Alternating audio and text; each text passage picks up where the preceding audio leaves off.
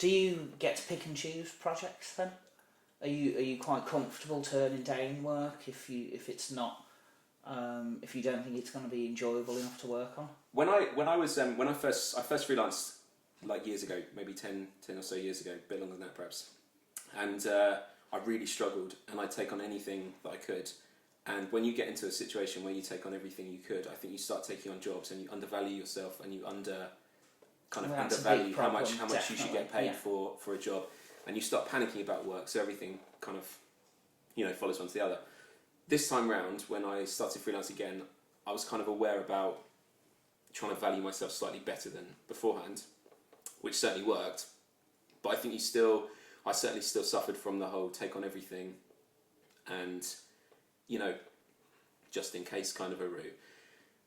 And I found that really hard. It was, because you start taking on pieces that you're not necessarily, you don't enjoy doing and whatever else. And I think I've got to a point where I can turn down stuff, and I do turn down stuff. I think now I'll turn down bigger builds, whereas beforehand I might not have done. If I think this is going to take a month and a half or 6 weeks or 8 weeks, previously I might have taken it on and thought, okay, I can survive for 8 weeks. I'll be all right. I'll get this done.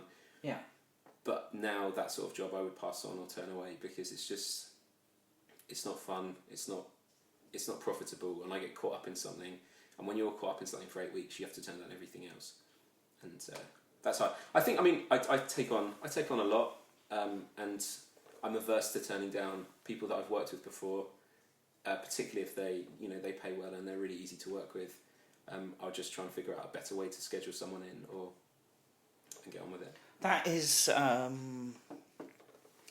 problem for agencies as well, on understanding the value and how they charge for their work, just as it is for freelancers. It's a very common problem, and there's lots written about it. So do you think you've cracked that in terms of, are you charging enough now for what you do? Depends who's watching. I don't know. It's a really, really tough question. How much you charge is. I think it sort of depends on. I started running a time tracker about 18 months ago, and tracking every project that I did and figuring out how long it was taking for that, and then thus how profitable the job was at the end of it. And I sort of came to realise that the jobs that I enjoyed less, I was making far more money on than the jobs I enjoyed more, which was irritating. I assume because the jobs I enjoy less, I'm just getting on with, whereas the jobs I enjoy more, I spend slightly more time thinking about, prevaricating and tweaking. Yeah, absolutely. I think I certainly, I'm a bit of a perfectionist, and I think I certainly suffered in the long run with taking more time than I should do on a project and charging someone for how long I should have spent, but spending more time on it because I just wanted to get it right, and because and I think kind of trying to get over that somewhat, like realising that I can't be a perfectionist for everything, because otherwise I just never do anything other than tweak. You've got to ship it at some point. Absolutely, whatever it is. Yeah, I don't think anyone has the right balance. I think I'm in a great position that I can be very lean and agile. I can get on with something, and I can undercut, but still charge. I can undercut an agency, but I can still charge something that's fair to me. But again, I'm in a position where if someone says that we need this in a week, is it possible? Because I don't have to work 7.5 hours a day. It's not like I'm in an office. I can sit in front of a laptop for 19 hours for 4 days running and get it done, which puts me in a pretty good position for that sort of stuff, if you see what I mean.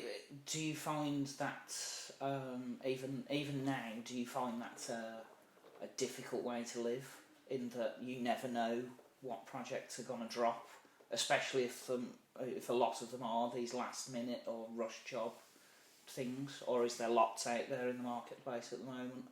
Yeah, it is a difficult way. I think again it comes down to that you never want to turn down work because you never know when you're going to get work again.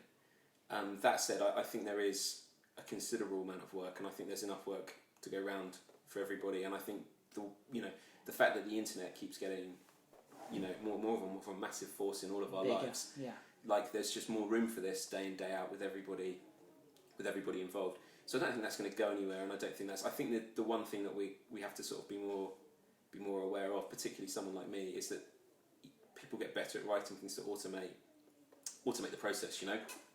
And if you can write a piece for someone that they can use again and again and again with, you know, just replacing the images or whatever else, and they can automate it themselves, you essentially have cut yourself out of work until they need something else that does the same sort of thing.